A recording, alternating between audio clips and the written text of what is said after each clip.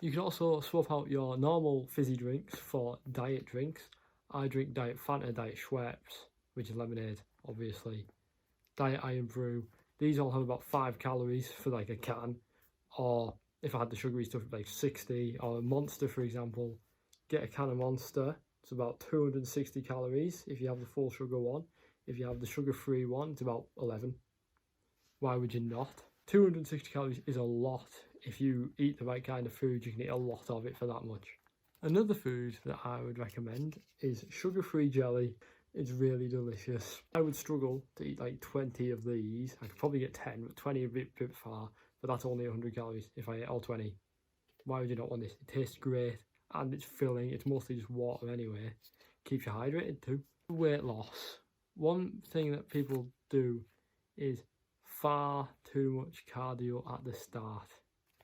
If you really want to lose weight, you'd want to maybe drop 200 calories off your diet. Simple. You'll start losing fat. It'll be slow, but slow is better because then you preserve more muscle, or you can even build muscle if it's slow enough. So you're going down slowly and then you stop. You're plateaued, you're stuck. If you do 15 minutes cardio now, so you got your 200 deficit and 15 minutes cardio, not hard, you start dropping again. Eventually you plateau, so you do 30 minutes, go again. But then if you don't want to do more cardio, you can take another 100 off food. So you've got 300 from food and 30 minutes cardio. And you'll just keep losing weight on. And eventually you'll get to where you want to be. Back to my point about slowly losing your weight, is if you lose weight too fast, you will lose muscle. Your body only wants to take so much fat off you because it wants to spare it for when there's no food. That's instinctive from when we were cavemen. You can't fight that.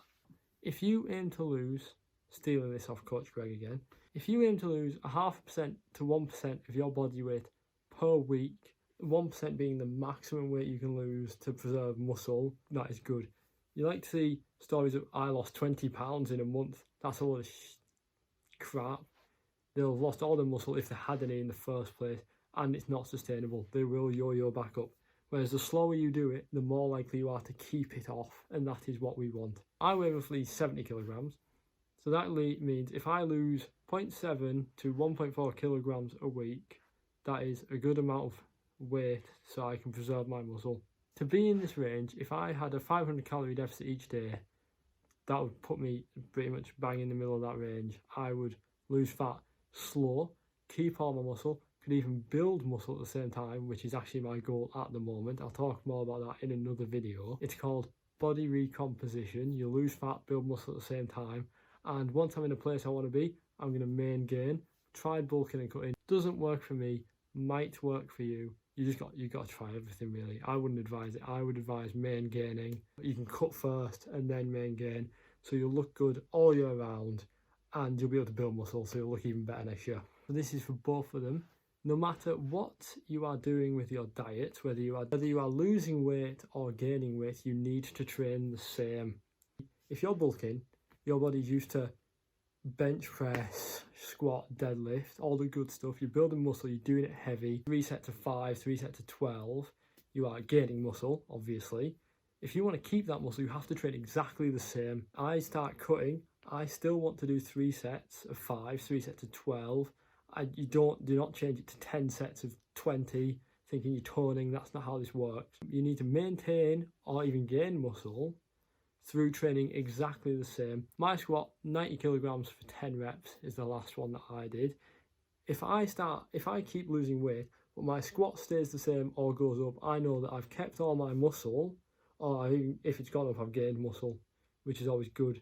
You want that. If it starts going down, that is okay at first. Your glycogen stores are being used up, so your muscle cannot work as effectively.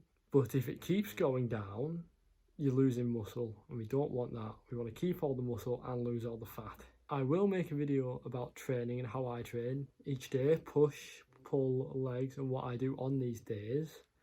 So you can use that as well, if that suits you. Or I will make a video about training upper body, lower body, rests. That's 2 days on, 1 day off. Just I'll make one about every variation, the bro split, and what I think about each one, and whether I think each one will be useful. I think you should get to a body fat you are happy with. Maybe say you want a 6-pack, you get a 6-pack, and then you just start building muscle from there. Nice and simple. You get to look good all year, you get stronger, but if you're too lean, you'll start to feel it. You'll start to feel tired. You won't be able to lift as much. Everything starts to go wrong if you get too obsessed and go too low. The number on the scale doesn't matter. It's just a guide. At one point, I was scared of losing too much weight. It's scary because you'll think you're going to lose all your muscle. You're losing all your muscle. You're getting small. Everyone's going to think you look small. But it is okay to lose weight. It's also okay to gain weight. It doesn't mean you're getting fat. So don't be scared of the number. It is just a tool. But you need to know, you need to weigh yourself so you know everything's going right. That's how you can tell if you are plateaued in your weight loss or your weight gain. You need the scale. It is a good tool. Another good tool is the mirror. Look at yourself, see if you look different, see if you feel different, see if you think you look better. And another good use for the mirror is you can flex your muscles. It helps get the mind-muscle connection, and I'll talk about this more in the training video. Another good tip is to eat more protein when you are trying to lose weight, as it keeps you full for longer, keeps you satiated. There's some science called the thermic effect of food. So I've got 1 gram of protein here, that's 4 calories. My body can use 20 or even 30% of these calories just to digest the protein. So I think I'm going to get 4 calories, but I'm actually going to get 3. Whereas with carbs, it would be, I think I'm going to get 4, I'm actually going to get 3.5. Or fat, I think I'm going to get 9, but I actually get 9 because that's only got 3% effect. And carbs have about 15 to 20%. So if you up your protein, you actually burn more calories just digesting it. If you have more protein, it'll also help maintain your muscle. If you aren't eating enough to gain muscle, you're definitely not eating enough to maintain it. When you are cutting, you want to up your protein to roughly 1 gram per pound of body weight, or 2.2 grams per kilogram. So I would want to eat 154 grams of protein to maintain all my muscle or to build more muscle while I'm cutting. Whereas if I was bulking, I would only need half that amount, so 77 grams of protein to build muscle or maintain it. But thank you for watching. You should check out my other videos. I'm going to make videos about cardio, main gaining, how you should train, how you should rest, everything you need to know to be a better you. Also watch for recipe videos and follow me on Instagram. I'll be putting recipes on there as well that will either help you bulk or help you cut. Whether you want to gain or lose weight, I will have recipes for both of those scenarios. Don't forget to like and subscribe, and I will keep making videos. Also leave a comment if you have any ideas, any feedback, any way I can make this better, anything you want to see, and I will include it. Thank you.